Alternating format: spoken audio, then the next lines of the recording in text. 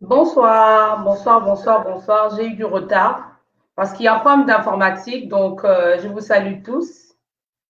Aujourd'hui, nous sommes on est mardi. Bienvenue, hein, bienvenue à l'émission, tout simplement. Donc, c'était prévu voilà, tout simplement, il y a mon invité qui a un petit souci au niveau de la connexion avec Internet. Mais bon, j'espère que d'ici là, ça ira mieux parce que c'est quand même stressant, mais bon, on fait avec, hein, vous savez, avec Internet, c'est pas évident. Donc, j'espère que vous allez bien et je vais essayer de voir les personnes qui sont connectées pour saluer quand même.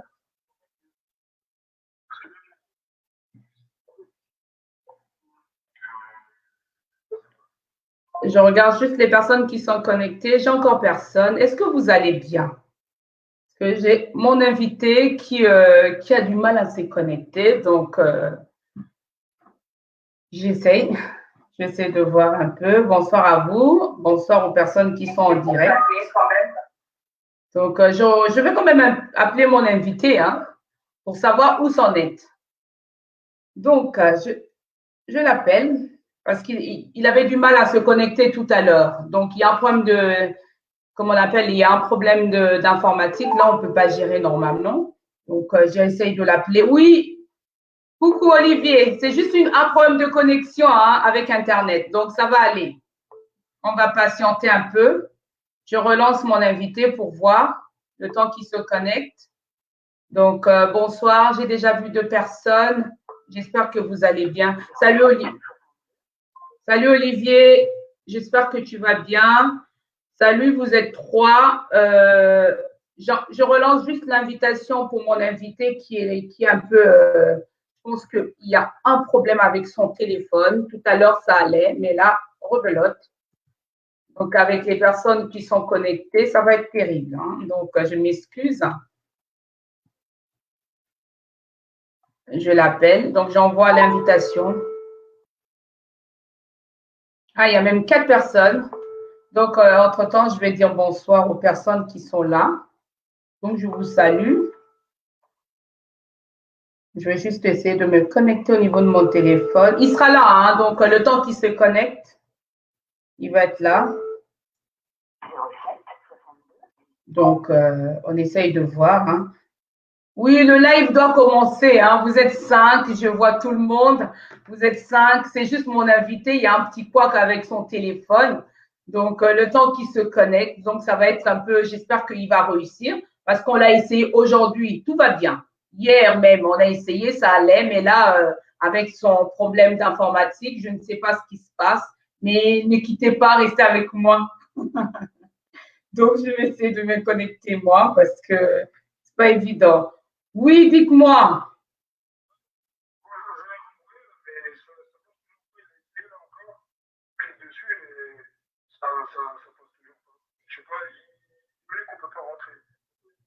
Pourquoi il ne peut pas rentrer? Attendez, je vais regarder.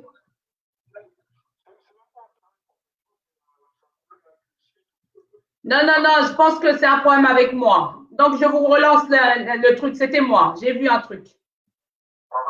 Donc, oui, oui, oui, oui, oui. Je pense que j'avais appuyé un bouton. Donc là, je relance. Quittez pas, s'il vous plaît. Je pense qu'il y avait un problème avec moi. Donc, c'est parti. Normalement, vous devez vous connecter. Ouf, c'est pas évident. Hein? Donc là, c'est bon. Vous avez normalement l'invitation, vous devez vous connecter. Donc, je salue les personnes qui étaient là. J'ai vu, il y avait six personnes. Là, du coup, il y en a quatre. Donc, c'est bon.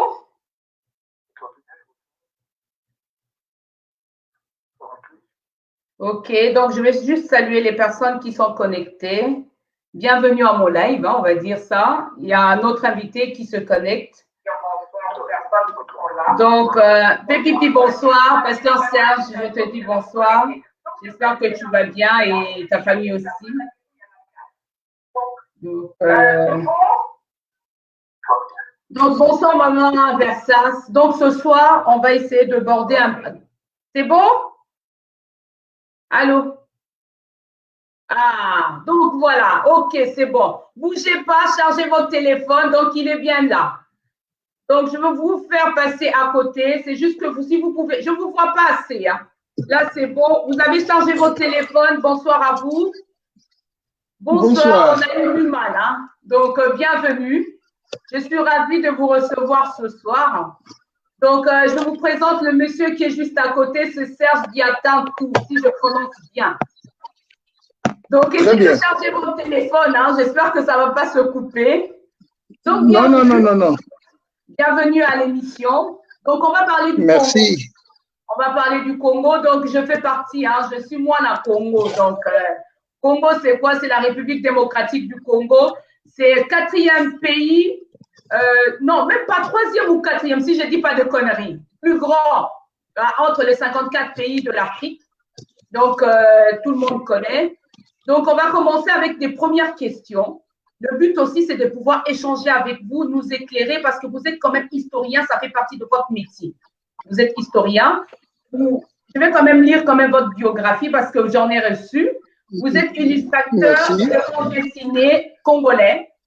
Donc, vous êtes humoriste noir, en plus historien noir. Donc, voilà. Vous avez réussi le prix Nobel de bande dessinée en 2008 et vous êtes bibliothécaire.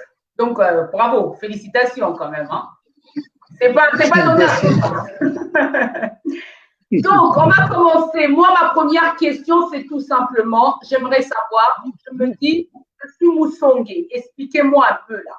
Moussongé, parce que on dit souvent, quand on dit je suis Moulouba, on me dit, moi, je dis non, je ne suis pas Moulouba. Parce que entre nous et les Balouba et les Bassong, on ne s'entend pas. Expliquez-nous un peu, on veut comprendre en fait. Ben, vous savez, est-ce que vous m'entendez bien? Oui, je vous entends très bien. Oui. Je m'excuse d'abord pour le retard à cause de la connexion. D'accord. Ce que je dis souvent, l'ignorance pousse à la violence. D'accord.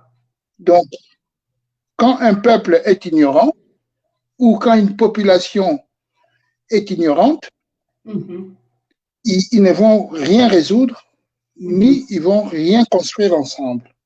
C'est ça. Donc, quand il y a eu, c'est une histoire ancienne. Là, nous sommes dans les années 1400. Donc, avant même les arrivées des Portugais, parce que c'est les Portugais qui sont venus nous mettre les désordres. D'accord. Dommage parce que il y avait des personnes qui aiment l'histoire qui voulaient nous suivre. En même temps, je n'ai pas pu faire le direct sur Facebook pour qu'ils puissent suivre. Mais bon, malheureusement.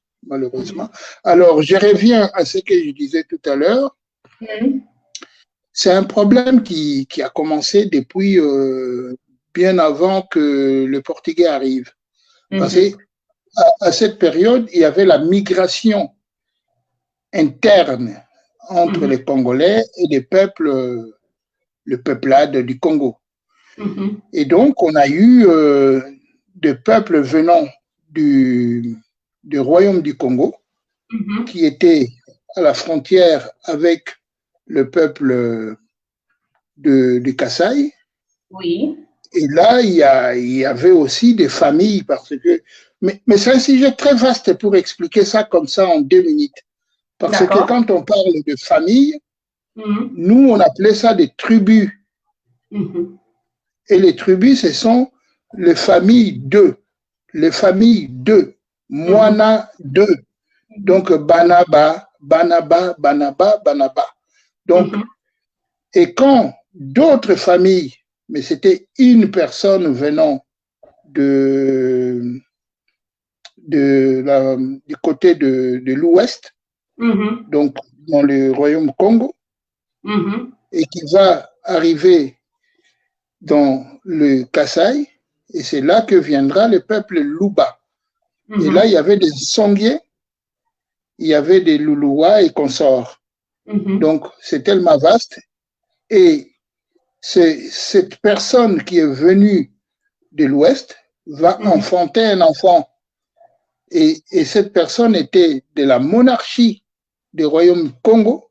Mais c'est encore autre chose pour expliquer, pour comprendre qu'est-ce qu'elle était réellement dans cette monarchie. Et quand il va enfanter un garçon, et il va proposer que voilà, moi je suis de la monarchie, et donc vous avez un monarque qui est descendant du roi Congo.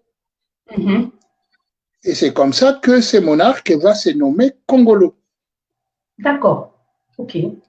Et donc, le peuple qui était là, ils ne vont pas accepter que quelqu'un venant d'ailleurs, avec une maman qui n'était pas la leur, puisse prendre la monarchie ou le règne. Et c'est là que ça a commencé des divisions, alors que l'art Songé, comme vous avez dit, vous êtes Songé, l'art Songé existait déjà. Mais à partir de cet enfant et que l'autre côté faisait les bras de fer, pour faire ça simple, et donc l'enfant congolo n'était pas accepté. Et donc l'enfant congolo va plus tard faire aussi ses descendants. D'accord.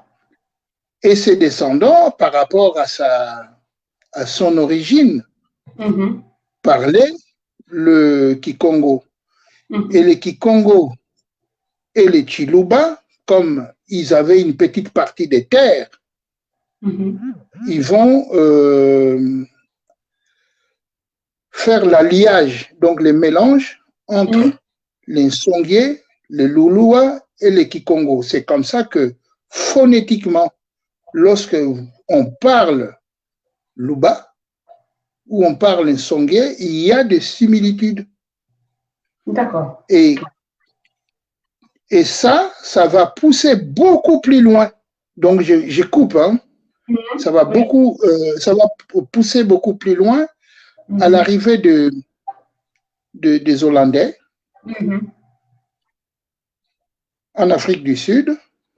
Mais cependant, il y avait déjà la migration. Parce qu'à cette période, on cherchait la route des Indes. D'accord. Et à cette recherche de la route des Indes, et donc, il fallait faire un lien entre l'Europe et les Indes, un lien tampon, afin qu'il y ait des échanges, soit le vin, parce que pour naviguer de l'Europe, pour aller vers les Indes, parce que c'était le commerce triangulaire qui commençait déjà. Et donc, des fois, la provision s'épuisait, parce qu'ils mettaient beaucoup de jours, de mois, et quelquefois, ça arrivait qu'ils avaient besoin de provisions. Et donc, en Afrique du Sud, il fallait créer une sorte de magasin. Et ces magasins cherchaient à avoir de main-d'œuvre. Et ces main-d'œuvre, il faut les trouver quelque part. Donc, il y avait des peuples Khoikhoi qui étaient là. Il y avait des Bushmeng qui étaient là. Il fallait trouver des main-d'œuvre vers le nord. D'accord. Et donc, vers le nord, il fallait passer les Kalahari et tout consort. Et le peuple du nord était ceux-là qui étaient partis vers l'ouest, qui n'avaient pas trouvé, par conflit entre les conflits des terres, entre les Lulua, les Songé, les Luba et tout, Oyo Mabele Nabiso, Oyo Mabele Nabisote, et ainsi de suite. Oui. Et de là, les Portugais et les Hollandais connaissaient ça parce que c'est eux qui sont venus un peu faire la pagaille, quoi. Donc, le Portugais et les Hollandais, c'est la biso, moi, côté. Ben, quand je dis ceux qui te yébité, ceux qui te mis yébité pour sa violence. Oui, donc, ça c'est vrai. Bateau te mis yébakate depuis des siècles.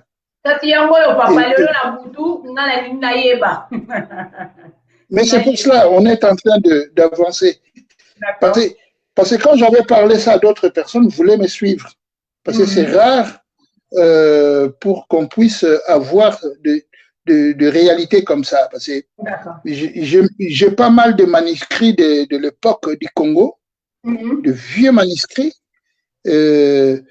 Si vous pouvez voir, parce que je n'ai pas de manuscrits, c'est que de trucs ou de pages qui sont jaunes. Donc, mais bon, il faut savoir lire sur les lignes, entre les lignes plutôt.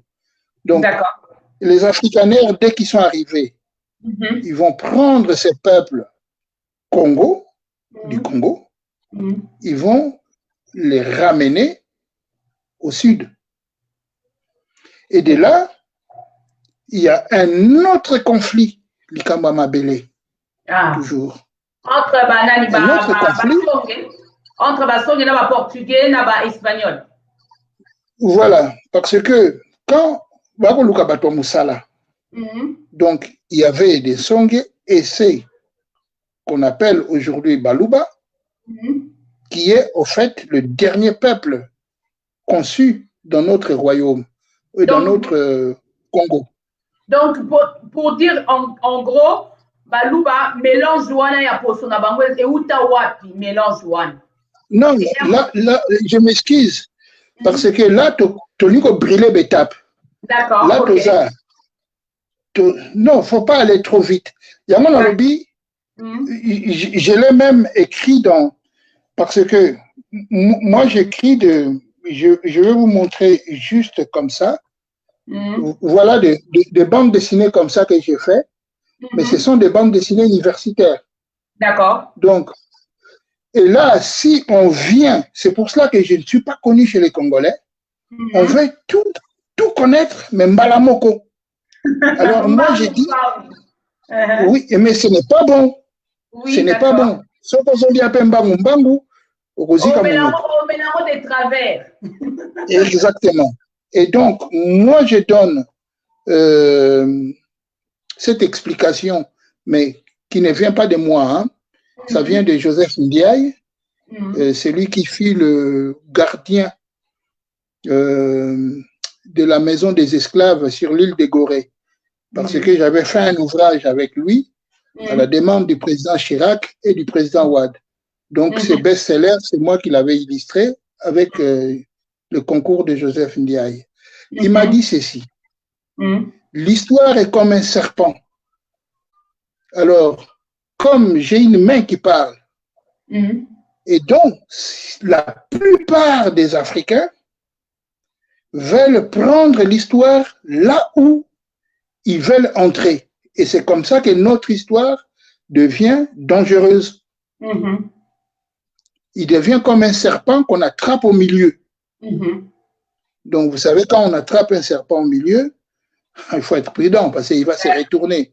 Vous savez la suite. Et surtout, il ne faut pas les prendre à la queue non plus. Parce que Moutakoya pour apprendre histoire Nasuka, c'est encore un problème. Donc, histoire, il faut apprendre ça la Kokangayango la Mutu, le Kokanganyoka la Mutu. Et donc, dans ça, le problème que vous avez posé, les teints clairs, l'a commis vers les abolitions de l'esclavage, parce que quand l'esclavage était aboli, mais l'esclavage continuait toujours en Afrique. Il est loyal. Donc, on va... Bon, entre guillemets, tout le bâti est loyal, parce que l'esclavage est aboli. Mais, je vais rajouter encore, parce que moi, na ya Congo, il y na Masese. Vous savez ce que c'est Masese? Denigno, papa. Masese. Voilà. Maloba. Masese est un proverbe. D'accord. Donc, même ceux qui ont balisa bilenge mibale, on les font plutôt dans ma cessé, dans ma proverbe. Et donc, ce que je veux dire, un peuple qui connaît son histoire, c'est un peuple qui se libère, ou qui s'en libère, comme on peut l'entendre. Donc, aussi longtemps, biso, namiti nakati, to yebaka histoire na bisote, Il y a une richesse, il y a histoire, on a bisoté. Et c'est là, dans le but, entre guillemets, tout ça, toujours l'esclavage. Mais Moukolo Tokomi Yeba, qui sommes nous, Congolais? Parce que je pense que c'est le thème. Il y a émission Nayo Yalelo. Oui.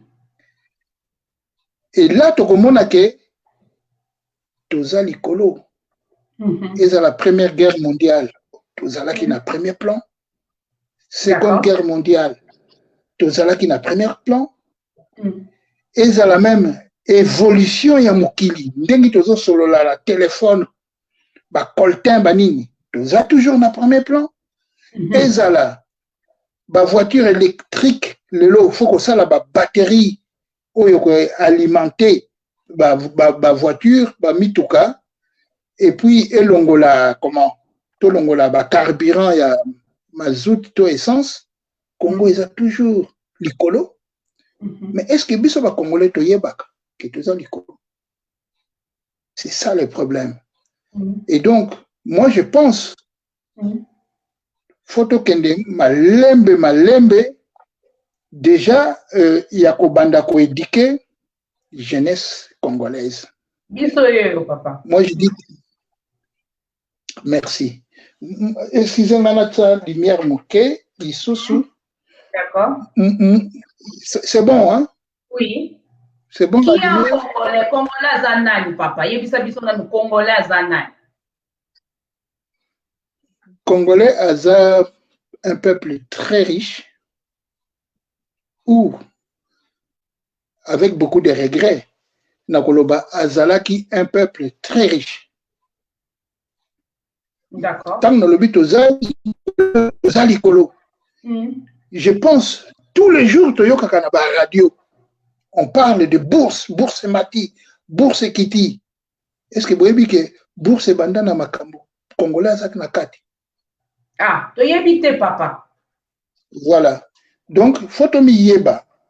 Mais ce que tu as kabatu oyo, to keko bina, to lakisi ndengni to binaka, mais photo bini sa kape makanisi na mitu. Na banzi moi mukyo to, même kaka mukyo to lobia. Soko lobi ke ngala za na cours na université na niko préparer thèse nanga. J'ai fait la BDO. Et ça 3 tomes. La BDO, na mona mwana moko asala dissertation. Non, dissertation, non. A préparé thèse na ye. Il a fait des études na université à Zwaki grand fruit parce que Kamwisaki, bah professeur. Donc, biso ba Congolais, photo longwana na kobenga ngo eza brutal hein na ba distraction inutile. Oui. Ce qui le long na tuni yo mama. Oyebi oyo ba benga ka muumbu. Kozanga muumbu na yete esclavage, esclave. Muumbu esclave. Omona yebi. Voilà, kozanga oyebi. Kozanga muumbu na yote patati patata. Mais oyebi ke Muumbu aza lokola musonge. Aza lokola mukongo. Non, aza lokola musonge. Aza lokola mumbala. Aza lokola muteke. Po aza mwana ya ekolo Congo. D'accord. Parce que Tongo, commerce triangulaire ezalaki. Un peuple pacifique ya Congo ezalaki ba lumbu. Bazalaki esika moko na ba oyo to bengaka ba habitant ya Kisasa banani.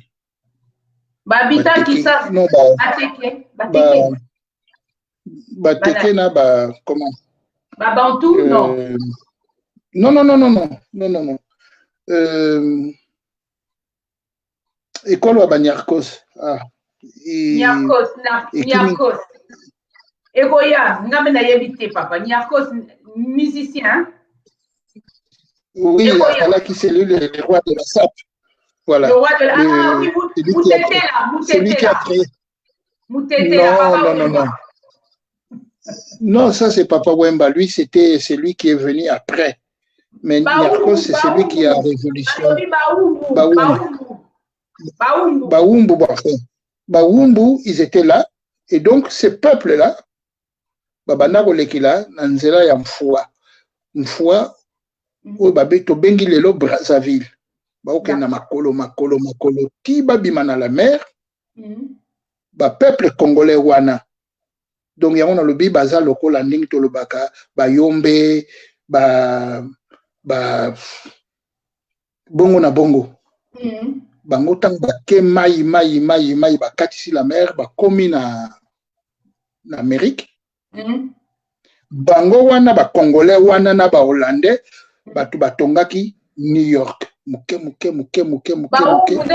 Batongaki New York. Oui. D'accord. Et on a des documents, il y a des documentaires, mais balobaka pona ko bombela moto mwindu likambu koma yango. D'accord. Mais tant que bazotala bato yango tozana bankita ya ndengi na ndengi yango moni ba document mingi bakoma ko bomba yango po bayebi ke soki bo toyebi nazo komitsa na ngape soki toyebi toko diriger mokili oyo et c'est de là que place oyo babanda ko teka baumbu parce que c'était des peuples congolais. Baza lokola ndenge na lobi tout à l'heure bikolo na biso ndenge tobengaka ba bikolo. Et ici quand on a pesaki yango kombo ya Wall Street parce que ezalaki banzela oyo Hollandais babanda kotonga. Et na Wall Street ezalaki zandu na bango, zandu ya ba esclave. Et zandu wana lelo ekoma bourse oyo esala mokili oyo monaka ke bourse mati, bourse kiti ezalaki ndenge ba koteka valeur ya bato. Voilà. Donc, mais na zongi na mutuno tunaki tout à l'heure na limboli yango penza te. Quand il a demandé les teints clairs. Donc ça, les africanaires tambake, mais ça c'était dans les années 1500. 1500 parce que bato liboso balekaki wana ezalaki Bartholomé Dias tango ayeko découvrir le cap de Bonne-Espérance et c'est là que l'autre portugais de Gama qui va passer et c'est là ba hollandais bayeko koma baki na besoin bato musala donc na zongi mwa sima muke et là bato musala wana bayeko zwa bango na Centre et Afrique. Donc, Centre et Afrique, c'est le Congo. Et dans le cœur de l'Afrique, on voit les Kasaï. Et ces gens, ces peuples qui étaient là, d'autres, Mabele Nabino, Bessous Mabele Nabinote. Et c'est là que, dans la région Wana, quand on parle de Makambouya Mabele, ils ont le tabou. Mais il n'y a pas de sujet tabou dans l'histoire. Parce que ceux qui n'ont pas de famille, ceux qui tabou et koti, et comme ils et là, c'est une richesse, hein? Il y a biso ya Congo. Comme en Afrique du Sud, koi, Autantot, Bushmeng et d'autres peuples, tout les me bino boye ko sala nini awa. Boyezalaki mabele ezalaki libre.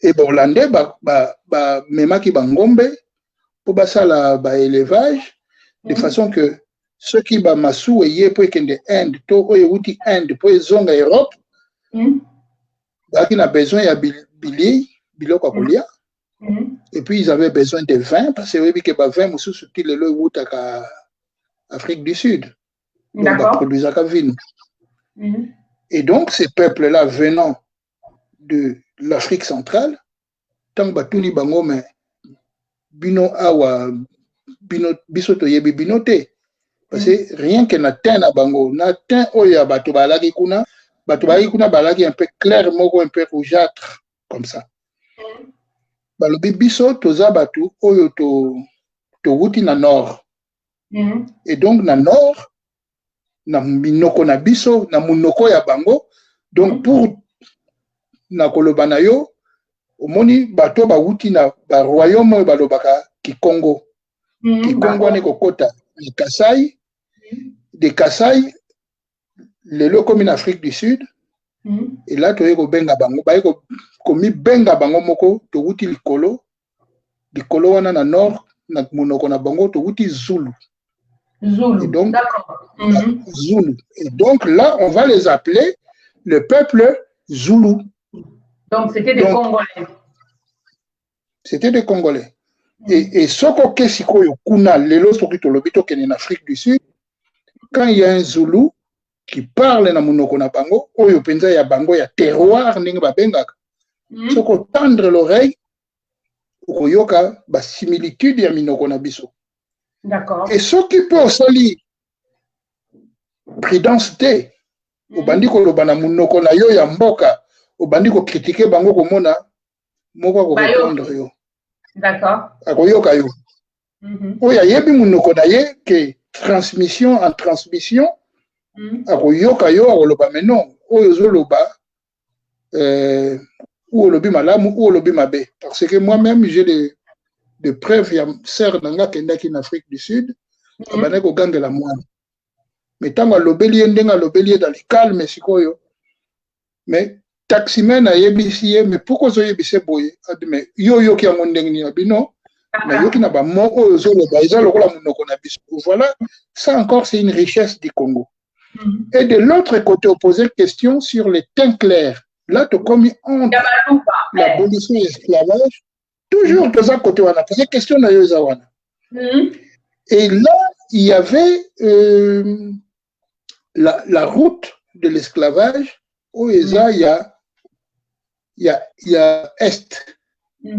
Parce que Tekaka, Koko, na Zanzibar. Ils en ont même. Mais on ne sait pas comment il y a quoi approfondir l'histoire. Et bateau bakoteka Koko na Zanzibar, c'était des Arabes.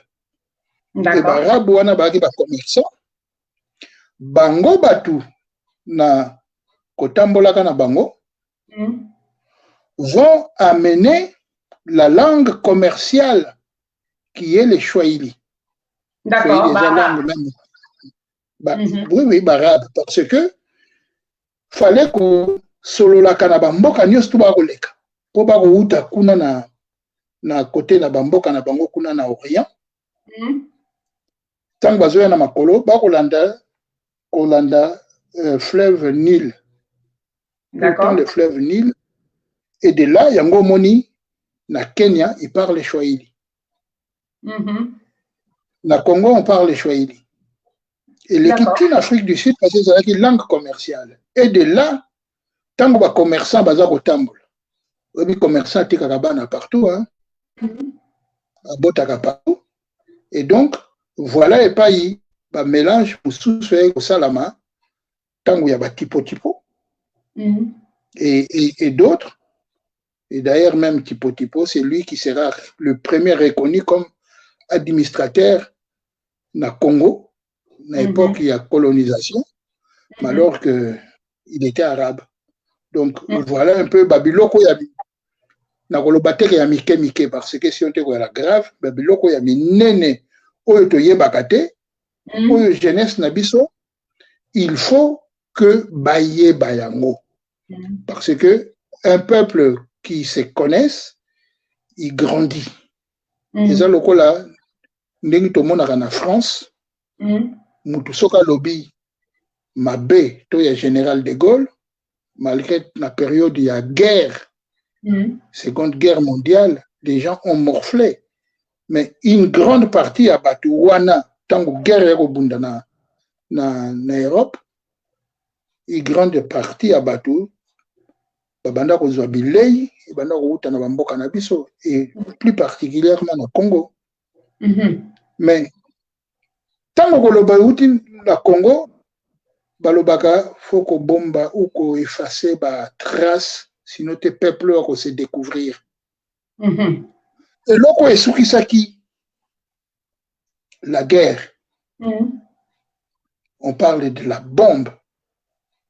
Bombe wana matière utaki wapi. Hiroshima, c'est ça, non? Voilà, oui, babette qui Hiroshima. Bravo, maman. Au moni bana Congo, boza, ya solo voyele. En tout cas, la sepeli. Bombe à Hiroshima. Ba poudre wana. No babengaka uranium wana euta ki Congo. Et transitaki par la Belgique. Pour qu'il en Amérique. Ou bien ça la bombe wana. Donc, voilà, babiloko eza na Congo.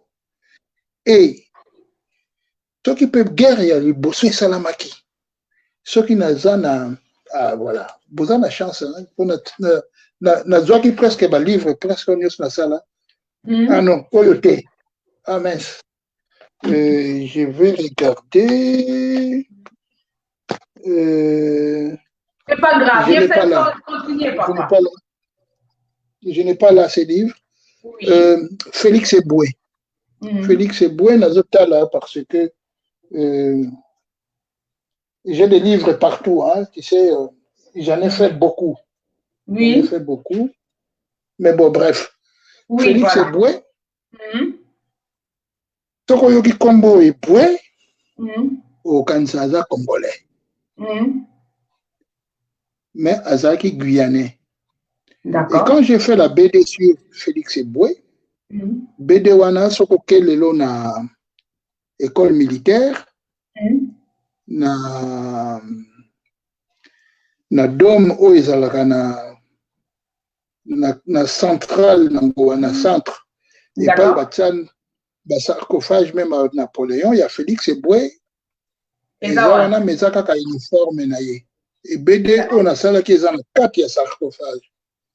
Donc un de ces quatre nakopartage même na page Facebook pour quand même tout le monde a fait non bana Congo peut basala keloko. Alors qu'est-ce que j'ai remarqué na ba documentation oyo to travaillaki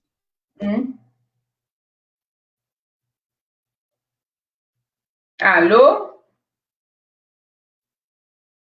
Allô? Parce qu'il a un problème de réseau, hein, donc je vais essayer de relancer. OK. Donc j'espère que vous entendez. Ah ouais, il y a un problème de réseau chez lui. Oui, allô? Non, c'est bon. Papa. Oui, parce que nalinga ko simbate, parce que informatique ezalaka na goy-goy. Alors. Goy-goy. C'est quoi, caprice? Donc neti ba caprice, voilà, ba taki tapalé. Olinga la solo. Oui. Donc qu'est-ce que j'ai remarqué na Bédéwana quand on parle de Félix Eboué, il était venu s'installer na Congo-Brazzaville et c'est lui qui avait reçu Félix Eboué. Non, il avait reçu le général de Gaulle na tango ya guerre ici Londres na tango yo ba nazi baza ko saccager tout le monde. Et de là le général parce que ça arrive à secret militaire dormait dans Léopoldville pour la sécurité na ye. Et tous les matins que nous sommes traversé le fleuve Congo. Et pendant cette période, pour na biso bana ya Congo et dans la Congo il y a les deux Congo parce que ça Congo moko maïka kamuteka bola biso. Et yeko koma capitale il y a la France libre. Vous imaginez un peu Congo est dans le centre du monde. Et de là, tango babitumba wana et komaki makasi, bakoko bakendaki pour libérer France. Pendant la libération, je vais vous passer cette information. Ezana ba BD Musuna Salaki. Mukolo ya le 24 décembre 1944, avant que guerre ici là. Tozalaki na en fait bisoté, ezalaki ba belge. Bazalaki na pakebo moko o ba dessinaka na ba bande dessinée à Tintin. Kombo ya pakebo wana Léopoldville. Oyebi Léopoldville? Capitale ya kala ya Congo te. Capitale Kinshasa Léopoldville. Papa na yebi. Voilà. Et bon, Kinshasa, comment on est où? Et où t'as wapi loba na biso na papa, nga na yebite.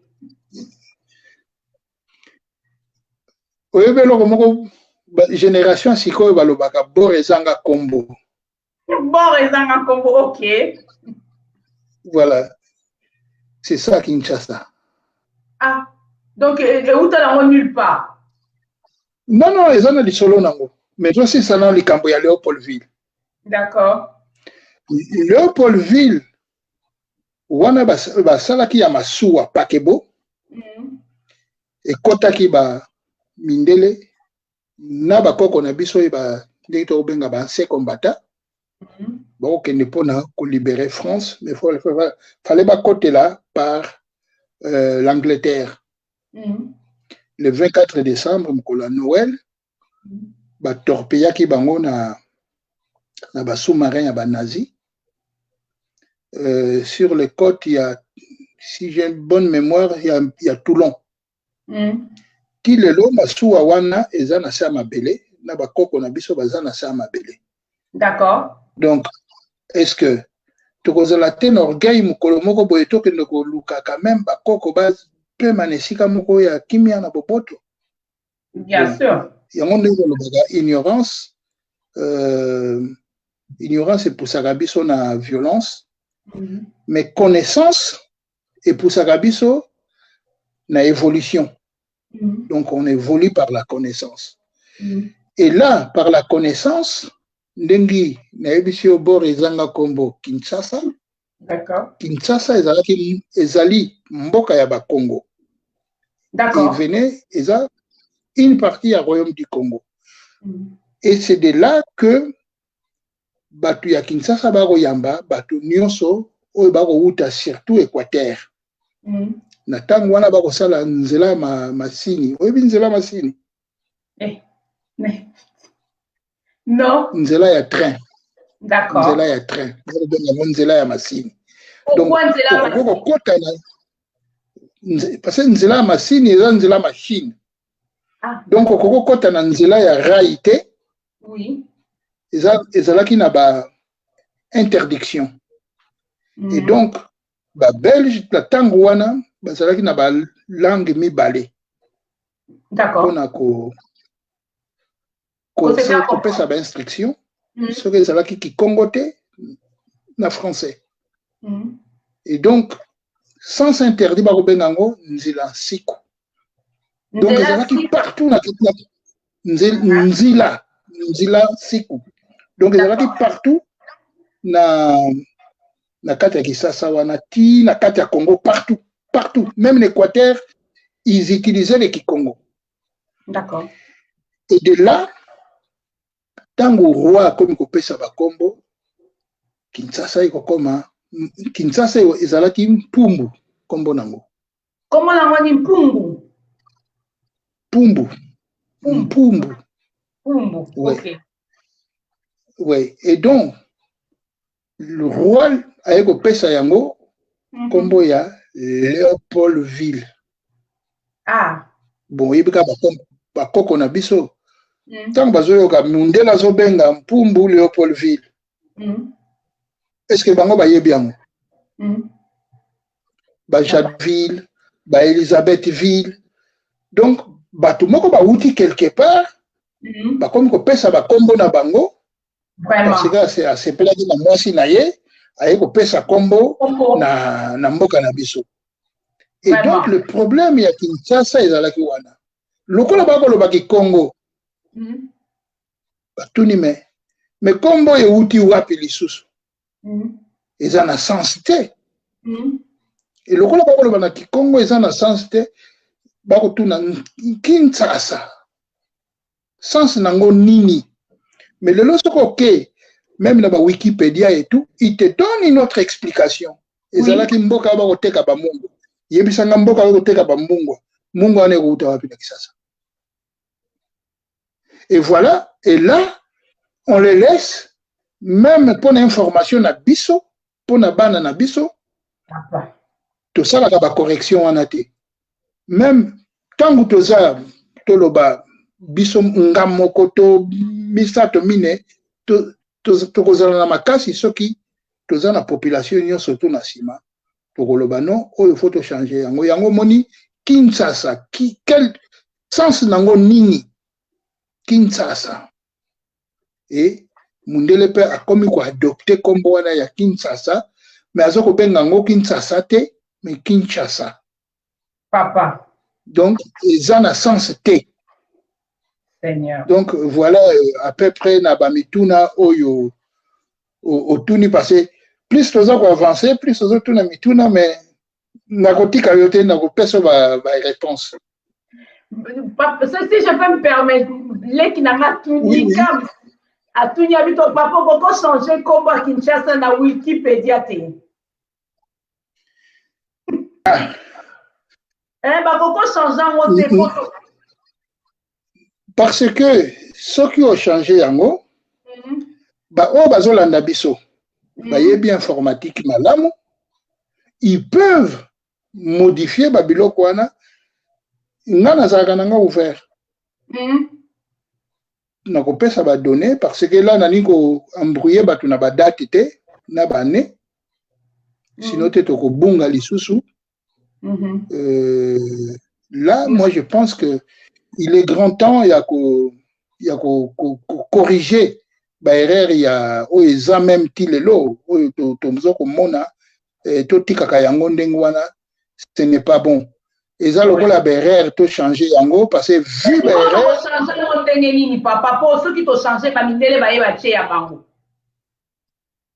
Non. C'est nous qui permettons. Limbisangana lo bandengo wana. Ok. Je pense qu'à la mingité, j'avais parlé na mundele moko ayaki. Na 1482. Mundele wana komone yaki Diego Cao. Ah, mais attends, natanga téléphone ou ils ont ils ont dérangé tes au moins ndeko oya tuni moni bango baza makasi na informatique akoko que nous changer le quoi parce que boyebi alors mundela wana outil Portugal parce que tu permets ta galère moko te permettre les Camerounais comme il y a solo. D'accord. Mundela comme Diego Cao. Tant comme il y a un fleuve moko ya munene kwea na kati ya la mer. Alors bino fongana yeba mayo. Maya ngonini. Tant pusani mais au moins na embouchure il y a fleuve Congo ils en a 9 km 800. Donc ils pesa munene. Bakoko na biso balaki wana atuni bango mayo oyo eza nini bakoko lokola bayebi munoko mundele te mundele pe ayebi munoko ya bakoko na biso te et c'est là que je le fais babiloko wana nyonso eza na babande dessinée. D'accord. Mais babande dessinée malheureusement bana mindele bato batangaka ngo bana mindele bato basombaka ngo. Et donc, ce qui a pour ngai na bandeko nanga, ndenge balobaka musala mpunda. Mais na banzi mpunda akomisaka bakolo na ye ezande bino. Papa eke mpunda te.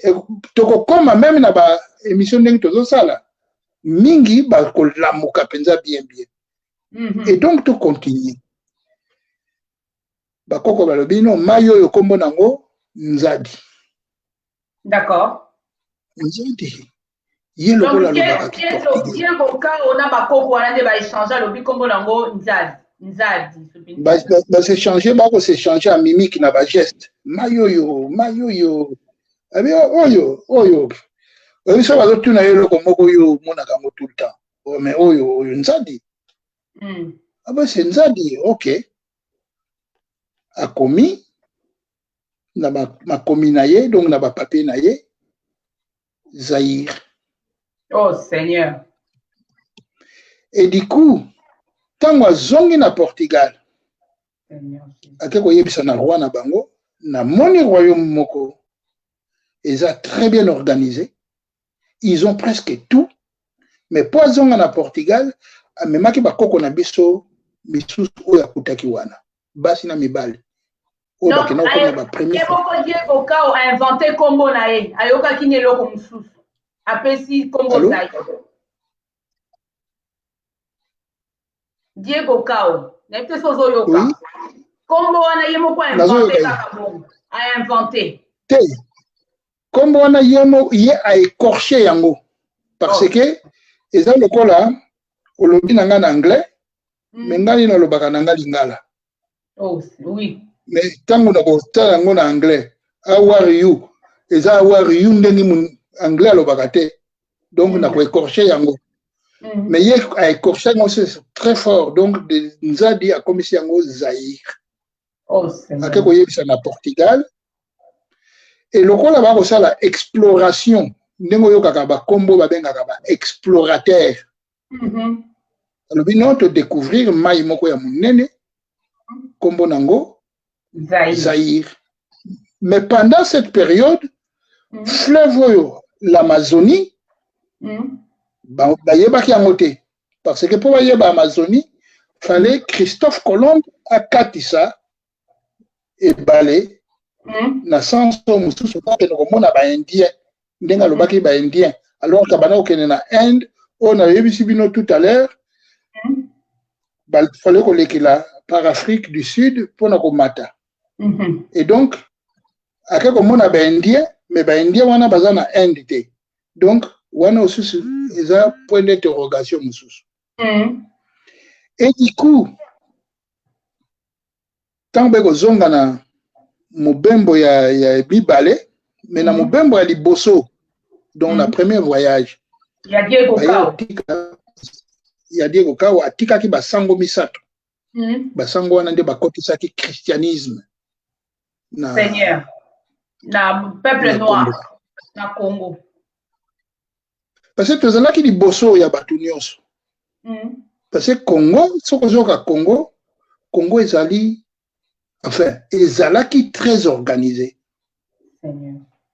Tokomi na période ya impôt kofuta impôt mpako oyebi ke mpako ebanda euta na Congo olobi mindele ba impôt ndenge tofutaka impôt oui euta na Congo komona yango epai na biso baye komona yango epai na biso ndenge bakofuta ba redevance epai ya roi ntango bamoni yango bakopiaka eloko ya malamu epai ya moningo memi na mboka na yo.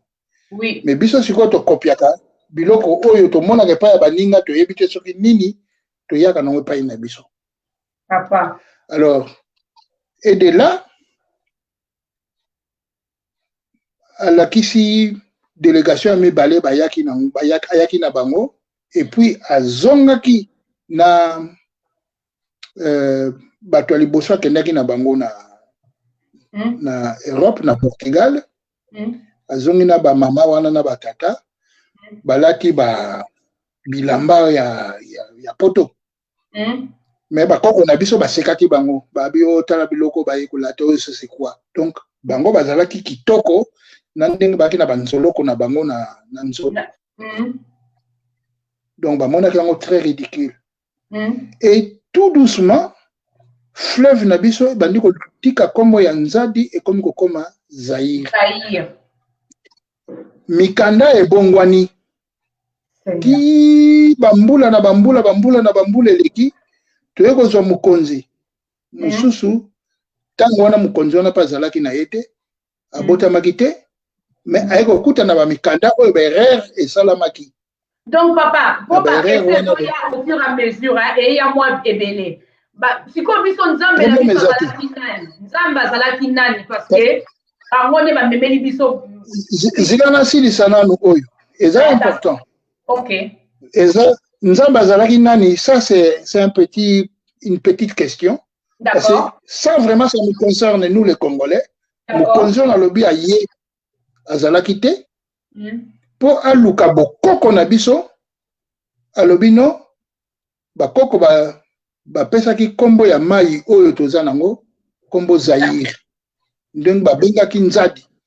Et du coup Zaïre wana eza kombo mundele écorchaki Oh, soki nga sikoyo nalobi na écorché kombo na yo okosepela. Voilà. Et là, nous avons accepté ça. Tous les peuples zaïrois, tous les lukumu, tous les mukili mobimba, tous les passeport. Nous sommes des Zaïrois. Alors que nous avons dit Kinshasa, Bor et Zangakombo, Zaïre et Zalakanangote, Bakoko, Bayebite. Pour ce Bakoko, Lamuki, Balobi, Komba Mboko et Komaki, Zaïre, en fonction de Maï, Maïwana, Kombo Nango, Nzadi, Nzadi est tout simplement fleuve. Mais fleuve na biso to mona kawana même ok na Kinshasa eza na kombo nango mais Kongola yebite. Bon na banzi pour le rôle za na mitune eza koya yango wana batu siko ba otuna nzambe la biso azalaki nani qui est notre Dieu avant colonisation. Olobi bien nzambe yewana Dieu eza kaka appellation parce que tango bamindele bayaki mutu mwindo ayebaki nzambe mutu mwindo ayebaki nzambe mutu mwindo ayebaki eloko babengi bolimbisi mabe na malamu mutu mwindo ayebaki yango eza teke baye kolakisa biso yango non et de là tobanda kosambela ndenge tokendaka na bandako ya nzambe lelo tokoma komona bikeko tokoma komona ba kuruze ba croix mais na tango wana biso bakoko na biso bakosambela na babikeko ya bango bakosala ezalaki na ba rituel mwana soki akomi asali initiation asilisi oke kozwa sete obeti omoni bikeko mosusu etondaki basete banini biloko ebele. Et de là, il fallait que baya ko pousser roi Oyazalaki na tango wana Yazalaki Nzingankuvu parce que yazalaki na l'ouest en face ya mer baya ko komisaye chrétien aye ko zwa baptême le 3 mai 1484 ou 85 si j'ai bonne mémoire et tango aye ko koma chrétien mais bambule eza kolega roi moko atala bi mais bato yo on dirait na ti loboko na eloko moko eza clair te parce amoni bato bakomi kobima bazo kokende kaka mais basango batikalaki misato wana na pesa bakombo na bango na bede na salaki bazalaki kaka pe bakufila na Congo et bango wana bayaki ko instaurer christianisme na kati ya Congo. Mais pendant ce temps bakoko bayebaki nzambe komaki bitumba entre bamindele na biso batu mwindo afa biso te bakoko na biso parce que bakoko na biso bazalaki digne. Alors tango roi kumoko ya kosala mawana de roi Nzingankuvu azalaki na bana mibale ya mikolo ya mibali moko azalaki na mwasi oyo akoki komata na trône te ndenge nalobi lisolo ya côté ya ba peuple luba ndenge moko akiki kobota kuna akoki komata na trône te parce que na lignée na ye ndenge tobengaka Luvila esali ke akota na trône te donc na Nzingankuvu pe azalaki na mwana moko azalaki na possibilité wana te ya descendance na pouvoir et du coup ba portugais basali enfin que mwana wana akoka ko renverser ndeko na ya mobali po azalaki contre christianisme alingaki yango te ye alingaki totikala na bobiso ye alaki fier na ndenge ya biso etango baportugais baye koboma ye et c'est là que bakoko baye kombona yalaki mpanzu ndeko na ya mobali kombona yalaki Alfonso soko ye na page na Facebook na ti lettre moko Alfonso wana akomaki voilà Alfonso premier kombo roi wana ye mutu tango aye komona ke makambo ekomi kokoma d'une façon ya bien te ayaki kosenga enfin que roi ya Portugal alembisa mais bakoko na biso tant que kotala balobi mais non bato ya poso pembe baye. Et là aussi il y a un problème parce que mundele aza mundele poso na ye eza pembe, mais pourquoi to benga kete ba pembe ndenge to mona ka to bandeko batambolaka ba ya pembe to benga ba bandeka pembe. Mais mundele aza mundele parce que kombo wana bakoko bayebi pourquoi bapesaki bango kombo wana. Le fait que bakome komema bakoko na biso mais pendant ce temps bazo kokotisa christianisme ekomaki ya makasi. Biso tozalaki na ndenge ya nzambe koyeba nzambe ba egrégore ndenge peuple nyonso aka na egrégore na ye.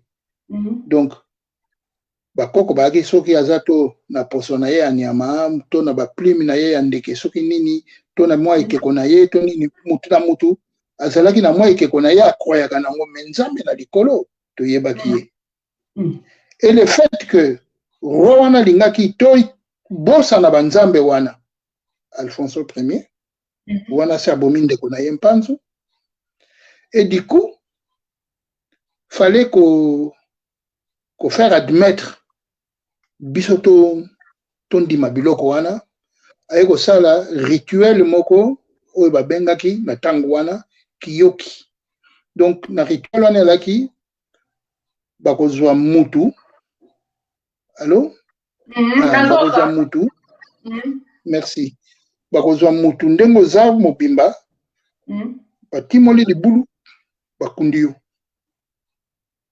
Alors asengaki bato boya na babikeko na bino nyonso to obo croire nango faut bo croire na croix oyo et voilà bakoko babi non le fait que oyo bandimaki baye nango en tout cas etondaki mpenza parce que mutu na mutu tala kaka population batumbaki misusu. Mais lokola ebimaki mpenza te basango balobi non baza na yango misusu. Abi bo pona lakisa bino exemple azwi mama oyo aye moko oyo azalaki deuxième femme ya Nzinga Nkuvu oyo azalaki na coup ya empoisonnement pe ya Nzinga Nkuvu po ye mutu abombaki corps na ye pendant 8 jours na kati ya palais po mwana na koma roi azwi mama na ye bato tu ya mboka bayebaki yango atimoli libulu enfin atimolisi libulu po ya mokonzi. Abi mama soko obimisa bikeko na yo te bakokunda yo na miso ya bato. Donc akunda mama na ye na miso ya bato kobanga wana bato nyonso tu bazongisi babimisi babikeko na bango. Banindele balaki wana babiton oyo tokogarde yango oyo tokende koétudier yango ezwaki masuwa à partir ya wana ndenge omonaka babikeko etonda awa parce que bato misusu ekoma lokola ndoto ya baba mais ekomaki ndenge nini ekendelaki ndenge wana. Donc premier convoi et là on nous impose le christianisme mais bakoko na biso babandaki koadmettre yango mpenza bien te. Et c'est de là que quand le roi va constater que bato bakomi kokende mingi Amérique parce que quand on voit na etango wana ba Angola biloko wana nyonso ezalaki te Angola bato basalaki oyo ba portugais ezalaki nyonso tu Congo tamba komona ke non tokomi kosila et tokosala ndenge nini il savait plus comment faire.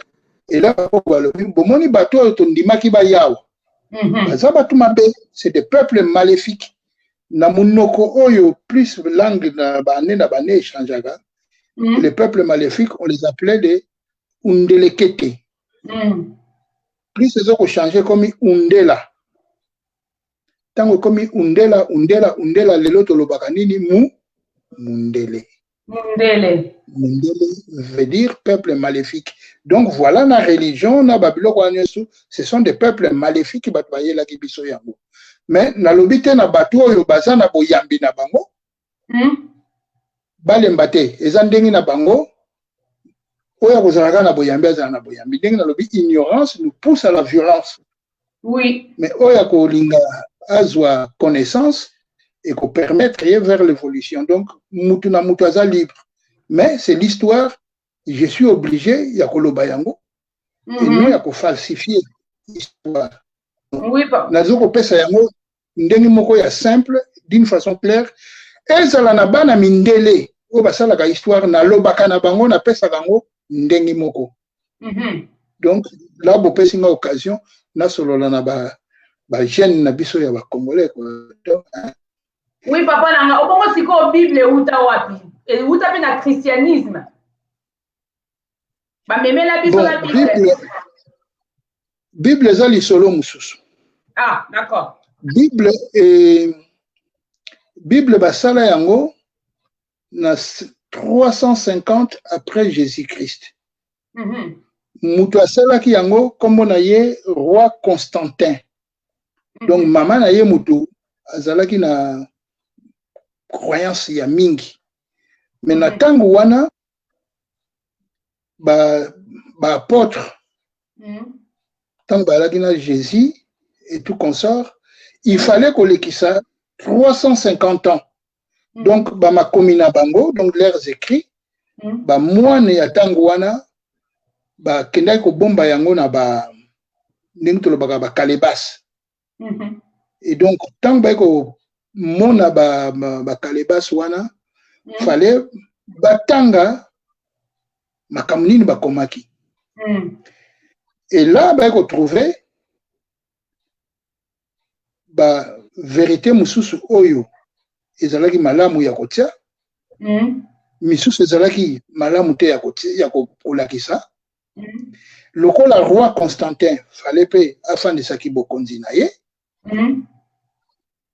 Yango monaka na Bible jamais komona chapitre moko te mwasi akoma. Ah. Alors basi pe bazalaki ba Marie Madeleine bazalaki pembeni ya Yesu. Et tant que vous avez makomi wana, jamais komona na Bible apôtre azoloba na temps présent neti yé pas azalaki je kaka il. Parce que bato oyo ba adaptaki yango 350 ans après Jésus-Christ. Na banzi baaki mabanga te si bakufaki kala. Et voilà Bible le fait que yeko tikala tie kokota na ba croisade ba guerre pour bitumba minene lekaki parce que bitumba yaki tant comme en 700 après Jésus-Christ islam payé Mahomet pas linga fandi sa masolo tango islam yé après Mahomet ba ko fungola commerce triangulaire et bandaki nanu na oriental na Inde ba indien ba to ba ko sala commerce wana. Et du coup, les Indiens ont dominé Moukili. Mais plutôt, les Indiens. Les Arabes, les courtiers, les Indiens. Les Indiens, il y a l'Amérique. Alors, il y a ça enfin que le coup là-bas qui a besoin, il y a la main-d'œuvre, les esclaves, il y a Europe. Il y a des esclaves. Kombo wana ezate na minoko na biso ya Afrique.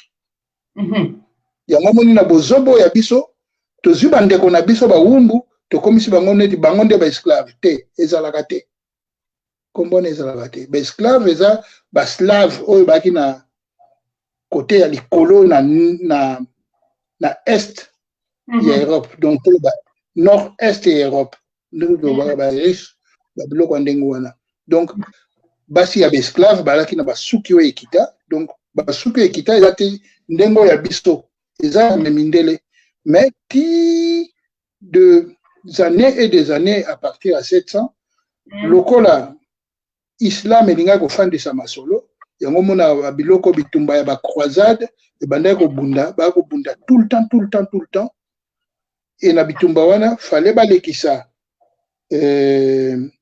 liloba oyo bango balinga kosala na ndenge ya Bible yango moni komaki na biso na Africain et puis ekatisi nazo kata ngo mikuse ekatisi tango bandeko bake Amérique et donc fallait ko faire croire bango na babiloko wana nyonso yango wana moni toza na richesse. Moi j'insiste toujours yango na salaki bede moko kombo nango les vestiges des ancêtres. Dans les vestiges des ancêtres, okomona bakoko ndenge balobaka non bato bakende Amérique bazwaki bakombo ya ba maître na bango mais na banzi tango kombo na yo Musau soki nga na ye na changer yango comme Lopez non lingate parce que oyebi ba valeur ya bokoko na yo sikoyo tala nanu na tango wana bakoko na biso ndenge bayebaki ba valeur na bango mais bayeba changer mboka mukanda mutu changer yango mais bango moko ba changer te est-ce que so yoka parler na mutu moko ba ko benga kombo Makandal Makandal azalaki na kombo na ye ya biso ya bamboka na biso ya Congo po azalaki un grand maître ya fétiche parce que fétiche na ye azalaki na ba makiti ya mboka makiti biso benga ngo makanda makanda ya ndenge ya papier te mais makanda ya ba feuille donc yende mutu abandaki ko a contribué une partie esclavage ici là mais ba pesa ki kombo ya François mais rien de ça ayebaki kombo wana donc bakoko na biso tango bakomi na Amérique bayebaki ba patronyme na bango po biso topesaka kombo même okopesa mwana kombo ya nzete po yebike nzete oyo eyelaka biso bambuma boye okopesa mwana kombo ya camarade na yo okopesa mwana kombo ya événement moko esalamaki e ba patronyme wana tango ekendaki na Amérique malgré bapesaki bango bakombo ya kopesa mais bayebaki bakombo na bango et c'est de là que soki tokena yo na Guadeloupe to na Martinique okomona bakombo mosusu ya biso etikala barituel na biso mosusu neti balibation po mela mai il faut osopa bagoutte na mabele ti lelo etikala voilà et donc babiloko wana biso ezalaka lisusu te mais wana eza so lisolo mosusu donc tokokokende na masolo ya croyance oyo eza ya bavivant mobile na bavivant immobile donc ndenge tobengaka baesprit. D'accord. Ceux qui n'ont pas rectifier un peu, ou bien dans le christianisme, en gros, Bible et où babaki c'est la biso arabe babaki c'est la Bible la carte ba modifier tout. Non babaki ça te oyo wana bazwaki na 350 après Jésus-Christ. Ba occidentaux tant baké nango na Rome. Parce que Bible comme telle parce que ça c'est du solo moulayi parce que Jésus tata na yenani Yesu, Joseph. Soko yebi mukanda wana. Joseph ite. Tata aboti Yesu. Maman on dit Joseph et Marie. Marie maman. Joseph papa. Voilà. Mais au moment où Constantin a sali Bible, fallait atia babiloko oyo ye alingaki. Na lobino tout à l'heure ni moi si a comme chapitre mon côté na Bible. Mais Marie Madeleine bazalaki ba misusu pe bazalaki ni Joseph na yebite sur romona kombo ya Joseph na Bible. Non, je pense pas. Bon, pour nini? Oui. Joseph azalaki africain. Eh, makambo indi. Oui. Non, mais makambo indi c'est histoire. Et ça, histoire, je suis désolé. Joseph azalaki africain. Oui, d'accord. Oui. Mais au moment où tu kotaki na barite, na église ya Moupe, na Congo, nga na yebi na Saint-Pierre, to na Sainte-Marie, batiaki ba Yesu, tout consort, na poso mwini. Et Marie, la maman de Christ, fut une femme arabe. Ah, donc Babota qui Messi. En quelque sorte, oui. Oui, donc Baïli sont les cheveux blancs. Voilà. Et puis, église qui est à Rome, bato bakomi Matthieu, Jean, nini. Mais alors que masolo yango elekaki na Moyen-Orient na Afrique. Donc to da mokana pongi place wana na banzi to komi na moment oyo informatique na électronique et comme ko tambusa pe masolo poto ko koyeba makambo. Donc Bible ndenge tozomona nazo ko critiquer yango te. Loin de là, mais ça to tala yango. Bible change chaque année. Lelo bato basombaka sur Bible te mingi bakoma kotanga Bible na internet na ordinateur. Bible comme na ba connexion. Ti muke langage peut changer comme na ba langage to bengaka dit moderne. Donc eutaki na ba langage ya kalezo ko changer za ko changer ti ko koma na langage ya lelo. La banzo zo na mitune belé na lingi na tele manano ana zela yo. Donc, oui, bon, il te le va jusqu'à 22h30. Donc, il faut aussi que tu payes la soif. Tu es belé. Donc, nous sommes contents d'avoir ma question. Oui. Donc, Dadi, donc le blanc utilise le christianisme pour dominer l'Afrique car nous étions très spirituels.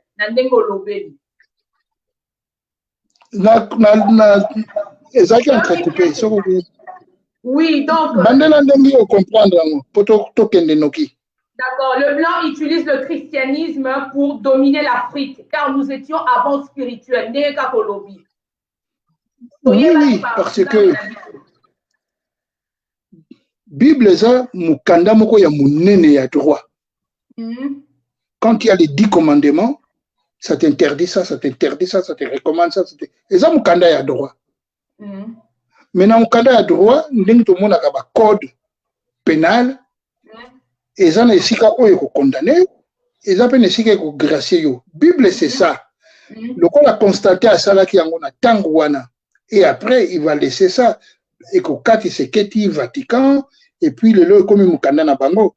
Juste petite parenthèse, parce que c'est pas pour dominer, Bisso, mais il y a eu aussi des descendants Congo Bakendaki pour na lobby Bible soit une mutation chaque année.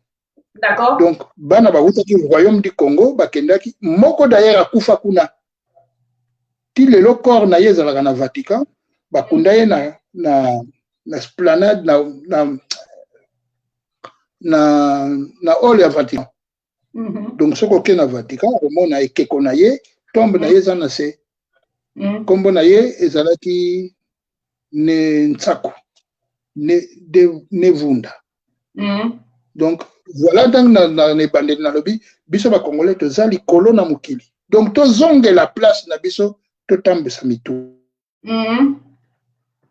Donc en gros le cas otikali na moins 10 minutes nengana loba qu'est-ce que nous en tant que loba biso ba congolais. Donc toza ba nani ndengo lobi.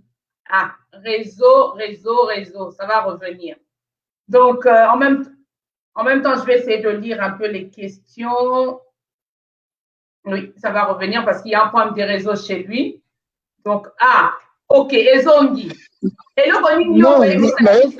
il y a Moukier, prochainement, pour programmer ou bien les qui n'ont pas une émission, donc, tu remets qu'à organiser en gros. Et là, on y a vraiment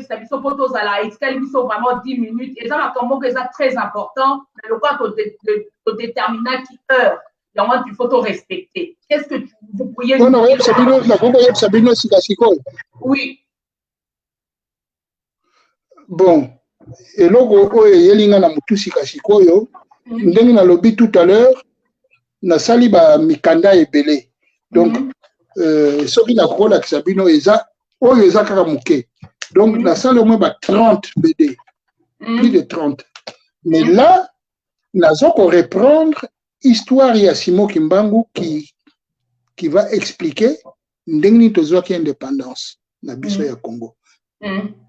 Oyebi mukolo tozwa indépendance ya Congo? C'est pas comment les 30 juin papa de 1960 yangote.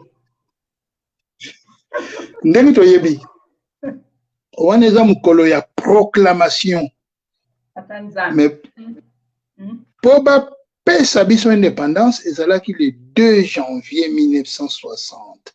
Mukolo basalaki indépendance, ezalaki na date wana, voilà, na Hôtel Plaza, na Bruxelles.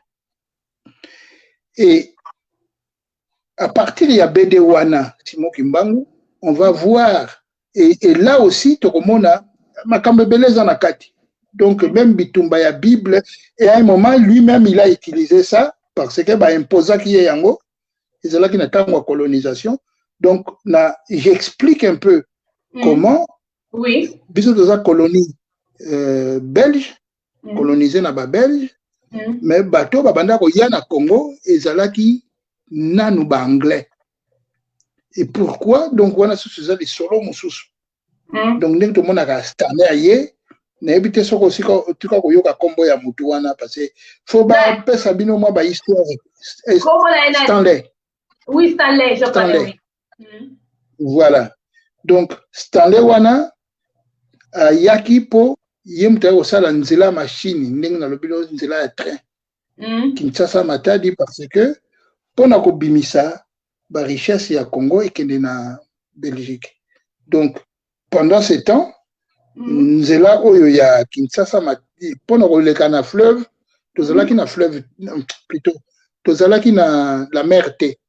Donc ndenge yoka kabinda eza enclave ya Angola mais makambo wana eza mwa mozindo wana tokozongela ngo après mais na BD oyo ya Kimbangu c'est une façon de vous montrer aussi na histoire ndenge nini bakoko na biso bakangamaki bakendaki dans tous les 4 coins ya Congo parce que bandimelaki koyoka nzambe oyo abandaki kolakisa bango allô? Oui, nazoka. Oui. Oyo abandaki kolakisa bango nzela. Donc bitumba yalaki wana makasi. Pourquoi balobi nzambe wana? Parce que na misu na bango bamonaki ndenge alamusaki bibembe.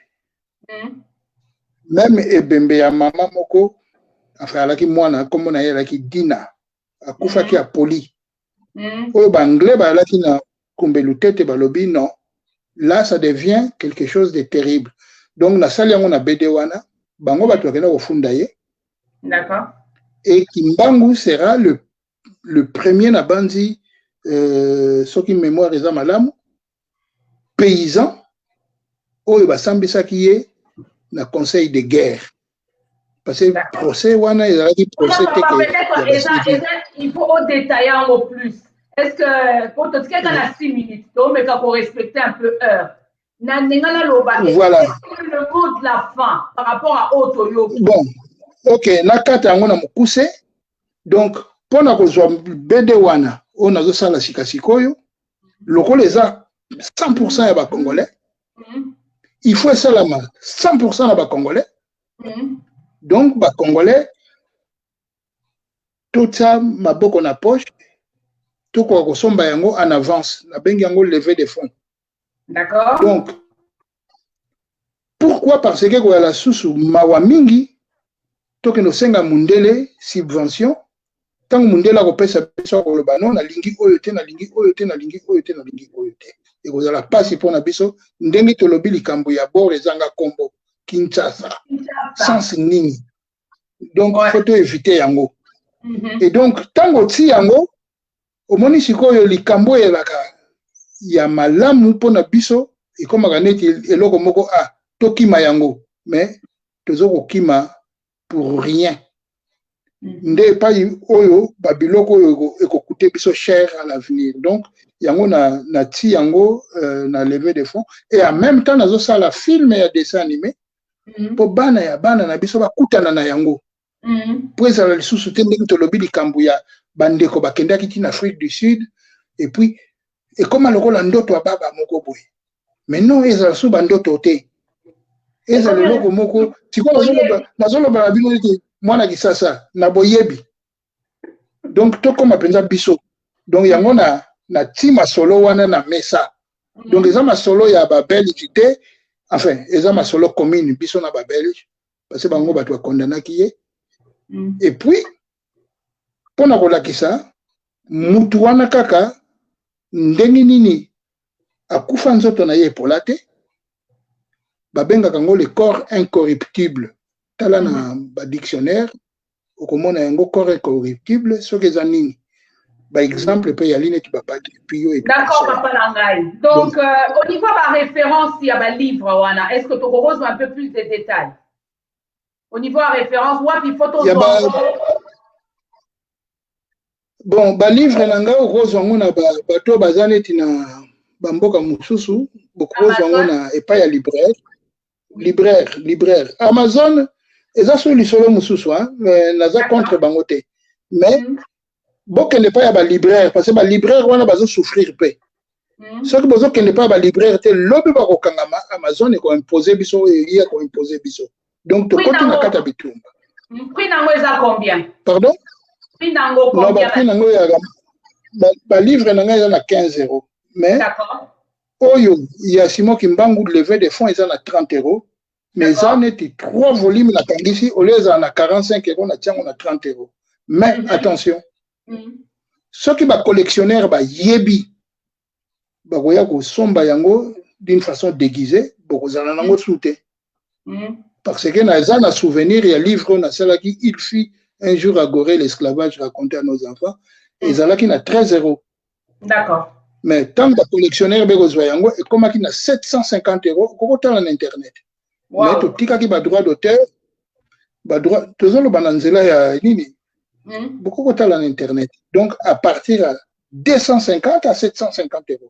Mais ce qui peut m'attirer des sous, on a évité. Mais le droit de terre, pour sauvegarder maison des esclaves au Yagoré. Le rôle la président, il y a Sénégal à l'époque, c'était Ouad. Donc, j'avais accepté aussi l'histoire Nabiso, il y a Bakoko Nabiso. Parce que dans mon Moutou Oyo, à Koufi, il y a $.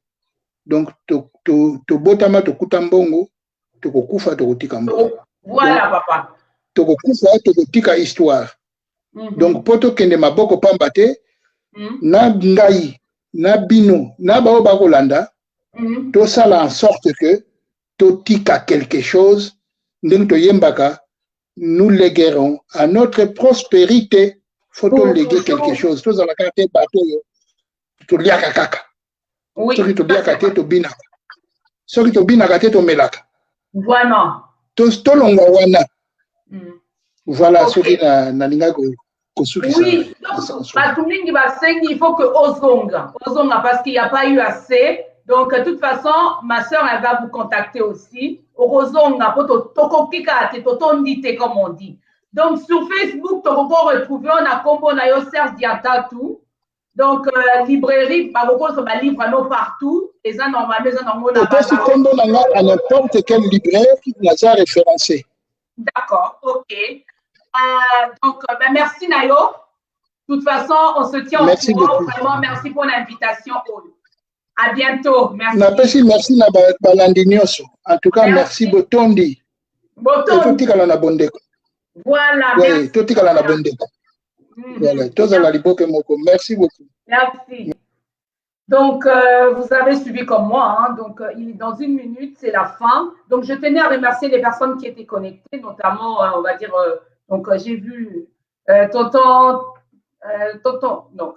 Serge, on va dire le pasteur Serge, Freddy, j'ai vu. Olivier, merci à toi. Tu sais pourquoi. Linda, donc, je te dis salut. Nelly, Afi, merci. Joe, je te salue. Kashi, merci à toi. J'ai vu Patricia aussi. J'ai vu tonton Chiba. Bonsoir. Merci aux personnes, Karine, à tout le monde qui ont suivi. Maman Micheline, merci à toi. Il va revenir prochainement, le monsieur, où il sera avec l'invité de Cam Show dans CP La TV. Donc, sur ce, Kams, bonne soirée à tout le monde. À aimer, lui, on se retrouve la prochaine fois avec d'autres thèmes. Allez. Bonne soirée. Au revoir. Bye.